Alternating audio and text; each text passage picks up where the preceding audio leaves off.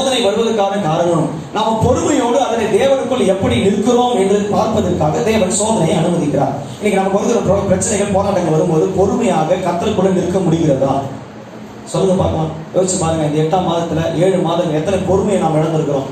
என்ன இதை நான் திரும்ப திரும்ப திரும்ப அதே போராடித்தான் இருக்கிறோமா? திரும்ப அதே பிரச்சனையோட தான் நிற்கிறோமா? பொறுமையை இழந்திருக்கிறோம். ஆனா இங்க சொல்லப்பட்டிருக்கிறது, நாம பொறுமையில எப்படி தேவனுக்குள்ளே நிற்கிறோம் என்ற விசுவாசத்தை கர்த்தர் பார்ப்பதற்காக சில சோதனைகளை அனுமதிக்கிறார். ஆபிரகாமுக்கு ஈசாக்கை சோதனைக்குள்ளே உட்படுத்த வேண்டும் என்பது தேவனுடைய நோக்கம் அல்ல. ஈசாக்கை அழிக்க வேண்டும் என்பது தேவனுடைய திட்டமும் அல்ல.